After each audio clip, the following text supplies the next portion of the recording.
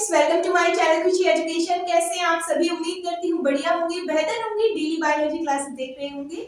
अगर आप चैनल पर फर्स्ट टाइम विजिट कर रहे हैं तो डिस्क्रिप्शन बॉक्स में आपको उसका लिंक मिल जाएगा। क्लासेस का सभी जो क्लासेस है आपको प्लेलिस्ट में सीक्वेंस में मिल जाएगी। तो चलिए देख लेते हैं आज का क्वेश्चन। जो क्लासेस है ये हमारी 12th होगी, इससे पहले 11th क्लास जो है हमने चैनल पर करा दी है। फ्री ऑफ कॉस्ट आपको ये क्लासेस मिलती है फ्रेंड्स। तो चलिए आज की जो क्लास है वो देख लेते हैं। रिपीटेड क्वेश्चन है, मोस्ट इंपोर्टेंट क्वेश्चन ये आपको कराया जाता है। तो देख लेते हैं। मानव में लिंग निर्धारण प्रक्रिया का विस्तार से वर्णन कीजिए। लॉन्ग क्वेश्चन में आएगा ये। मैंने आपको कल भी बताया था। अभी जो है हम लॉन्ग क्वेश्चन कर रहे हैं, देन उसके बाद शॉर्ट और एमसीक्यूज भी क्वेश्चन करेंगे। तो देख लेते हैं। मानव में लिंग निर्धारण यानी कि सेक्स डिटरमिनेशन इन ह्यूमंस, मनुष्य की सभी, आंसर लिखेंगे, मनुष्य की सभी कायिक तथा जनन कोशिकाओं में 46 गुणसूत्र पाए जाते हैं, यानी कि 46 गुणसूत्र होते हैं। जनन और कायिक कोशिकाएं कैसी होगी? कायिक कोशिकाएं वे कोशिकाएं होंगी जो नर और मादा में समान होगी, और जनन कोशिकाएं जो ये विभेद करने में मदद करेगी कि ये नर का शरीर है और ये मादा का। तो आई होप आपको कायिक और जनन समझ में आ गया होगा। आगे देख लेते हैं। इनमें से 22 जोड़े गुणसूत्र जो होंगे नर तथा मादा दोनों में समान होंगे। अब 22 जोड़े क्या है? जो 46 है यानी कि 46 है, उसको हम हाफ करेंगे, यानी उसको हम दो भागों में बांटेंगे, पेयर्स में बांटेंगे, तो वो कितने होंगे? 23 इस तरह से जोड़े में बढ़ जाएंगे। तो यहाँ पे 23 में से कितने हुए? जो 22 हुए वो दोनों में समान होंगे, चाहे वो नर का शरीर हो चाहे वो मादा का शरीर हो, दोनों में समान होंगे। उन्हें हम क्या कहते हैं? उन्हें हम कहते हैं समजात, यानी कि ऑटोसोम्स कहते हैं। समजात ऐसे गुणसूत्र को कहते हैं जो नर और मादा में समान हो, इसीलिए इंग्लिश में उनको ऑटोसोम कहते हैं और हिंदी में समजात। हिंदी में समझने में आसान है क्योंकि नाम से ही पता चल रहा है, समजात यानी कि समान रूप से। अब देख लेते हैं। मादा में 23वां जोड़ा जो होता है, 23वां जोड़ा, अभी हमने 22 देखे जो समान थे, लेकिन जो 23वां एक बचा ना 23वां, तो 23वां जो जोड़ा होगा वो लिंग गुणसूत्र होगा। अब लिंग गुणसूत्र दोनों में ही पाया जाएगा, नर में भी और मादा में भी। और जो लिंग में होगा यानी कि जोड़े में जो लिंग गुणसूत्र होगा वो XX होगा। किसमें XX होगा? वो मादा में, यानी कि मादा के शरीर में, लड़कियों के शरीर में भी हम कह सकते हैं, लड़कियों के शरीर में पाए जाने वाले जो कोशिकाएं होती है, जो जनन कोशिका होगी, उसमें कौन सा गुणसूत्र पाया जाएगा? XX, ध्यान रहे। और नर में XY, समान गुणसूत्र वाला होता है, ध्यान रहे। जो मादा में होता है वो XX जो होता है वो समान होता है वाला होता, किंतु नर में 23वां जो जोड़ा होता है, जिसे मैंने आपको अभी बताया, उसमें क्या पाया जाएगा? असमान। असमान हुआ ना XY, और मादा में समान हुआ ना XX, जिसे हम क्या कहते हैं? इन्हें हम एलोसोम कहते हैं, लिंग गुणसूत्र भी कहते हैं। हिंदी में लिंग गुणसूत्र कहेंगे और इंग्लिश में एलोसोम कहेंगे।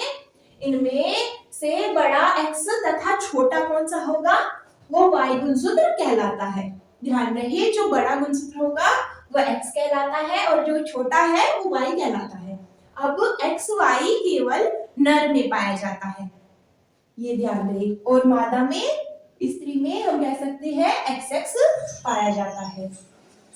इन्हीं गुणसूत्र के द्वारा लिंग निर्धारण होता है, यानी कि इन्हीं के द्वारा हम क्या करते हैं? लिंग का निर्धारण करते हैं, जो क्वेश्चन में पूछा भी गया है।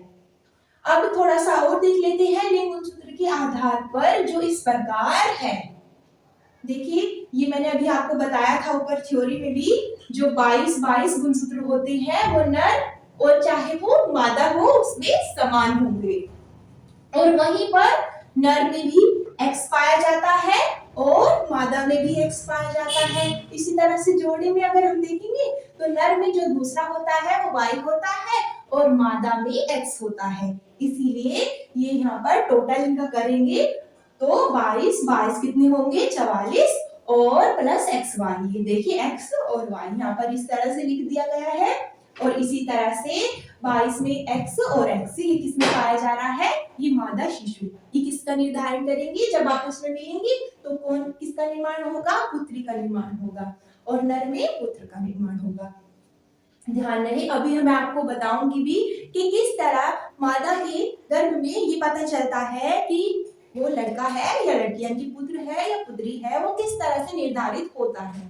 तो देखेंगे, चलिए देखिए, इस तरह से नर कोशिकाएं होती है, मादा कोशिकाएं होती है, जिसमें नर कोशिकाओं में क्या पाया जाता है गुणसूत्र में, लिंग गुणसूत्र कौन सा होता है XY, और मादा गुणसूत्र कौन सा होता है XX।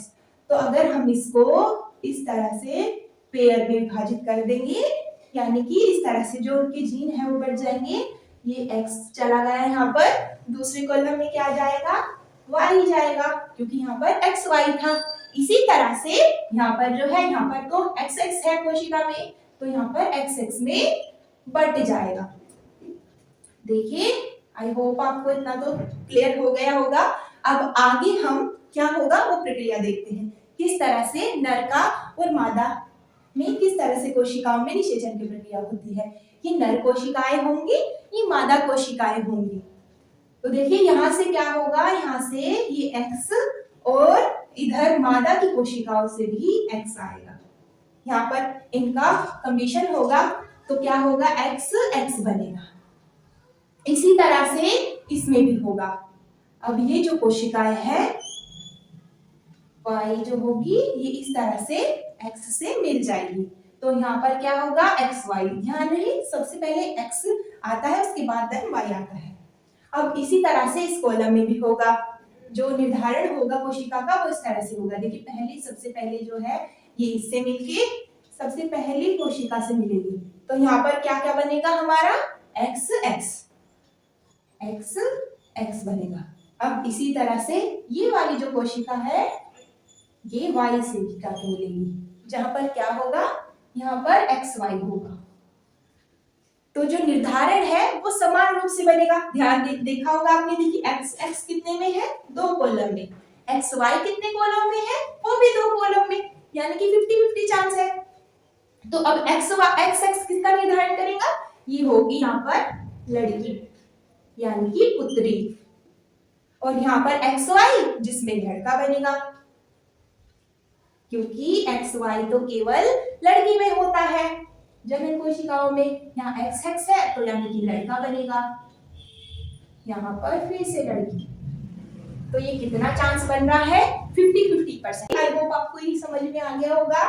निषेचन के समय 2 प्रकार के शुक्राणुओं में से जब X शुक्राणु अंडाणु को निषेचित करते हैं, जो शुक्राणु होंगे वो नर कोशिकाएं होंगी, अंडाणु जो होंगे वो मादा कोशिकाएं होंगी। आपस में निषेचन यानी कि आपस में फर्टिलाइजेशन फ्यूजन होता है जब इनमें, तो क्या होगा, उससे क्या क्या किसका निर्माण होगा, उत्पन्न होगी, उससे लड़की यानी कि XX उत्पन्न होती है। एक बार डायग्राम में देख लेते हैं। देखिए ये कोई एग है, अंडाणु ओवम है ये, जिसके पास क्या है X गुणसूत्र है, और स्पर्म के पास भी क्या है X है। तो यहाँ से फ्यूजन होगा, आपस में फर्टिलाइजेशन की प्रक्रिया होगी, जिससे किसका निर्माण होगा, लड़की का। लड़की के क्रोमोसोम कौन से होते हैं, XX। तो आई होप आपको ये समझ में आ गया होगा। इसी प्रकार जब Y शुक्राणु अंडे को निषेचित करता है तो किसका निर्माण होगा, एक लड़के का यानी कि XY। इस तरह से यहाँ पर Y हो जाएगा, क्योंकि ये शुक्राणु कैसा है, इसके पास कौन सा गुणसूत्र है, अभी Y के पास है। फ्यूजन के थ्रू Y आपस में मिलेंगे, फर्टिलाइजेशन होगा। इससे स्पष्ट है कि पुत्र या पुत्री की संभावना सदैव ही 50-50% होती है। तो आई होप आपको ये क्लियर हो गया होगा अच्छे से। आज का होमवर्क जो है आपका वो है अनुवांशिकी के जनक कौन है। अगर आपने हमारी पहली वीडियोस देखी होंगी तो आप इसका आंसर अच्छे से कर पाएंगे। तो आई होप आपको ये जो टॉपिक है अच्छे से क्लियर हो गया होगा। अगर आपका कोई भी डाउट रहता है तो आप उसको कमेंट सेक्शन में मुझसे पूछ सकते हैं। तो मिलते हैं ऐसी वीडियो के साथ, जब तक के लिए take care, bye bye, thank you for watching my friends.